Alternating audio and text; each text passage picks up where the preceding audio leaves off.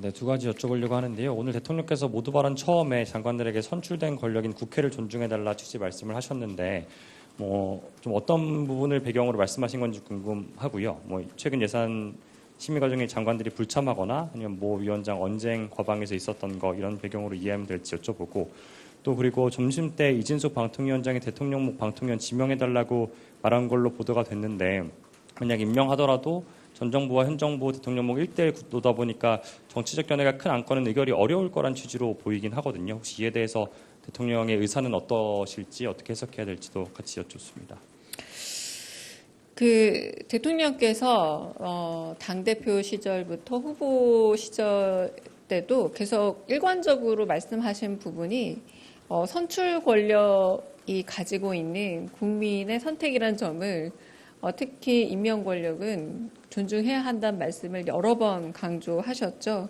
가령 국회에서 대정부 질문 내지는 혹은 상임위 출석이 있었을 때 출석을 가벼이 어긴다라거나 이런 부분들은 단순히 임명 권력이라고 할 수 있을 내각의 일원들이 선출 권력의 요청을 그렇게 가볍게 무시해서 안 된다라는 취지의 말씀이라 보시면 됩니다. 그래서 최근에도 많은 상임위들이 지금 열려서 운영 중인 것으로 알고 있고요.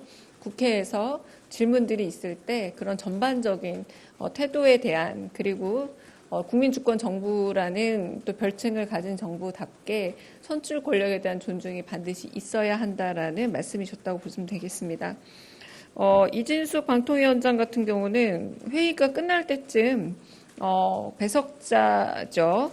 표결권은 없으나 발언권은 있습니다. 국무회의에. 그래서 발언을 했는데 상임위원 중 5명 중에 3명이 이제 국회에서 원래 지명을 해야 하는데 지명이 되지 않고 있다. 부위원장 1명이 사의를 표명했기 때문에 지금 1명 대통령 몫을 지명해 달라라고 말을 했고, 사실상 방통위원장 역시도 대통령이 지명하는 자리이기도 하죠. 그런데 그런 2인 체계 안에서 1대1의 구조로 나뉘었을 때의 일종의 기량작용이 너무 강화돼서 오히려 아무런 의결이 되지 못하는 것에 대한 대안은 이준수 위원장께서 내놓지는 못하셨습니다. 그런 질문도 있었고요. 그냥 잘 해보겠다라고 대답을 했던 취지로 기억이 나고, 그래서 국회 추천목과 대통령 추천목 중 나머지 하나를 빨리 좀 추천을 해달라. 그러나 한편으로는 2명일 때는 가부동수로 부결 확률이 높다는 것에 대한 대답은 하지 못하셨습니다.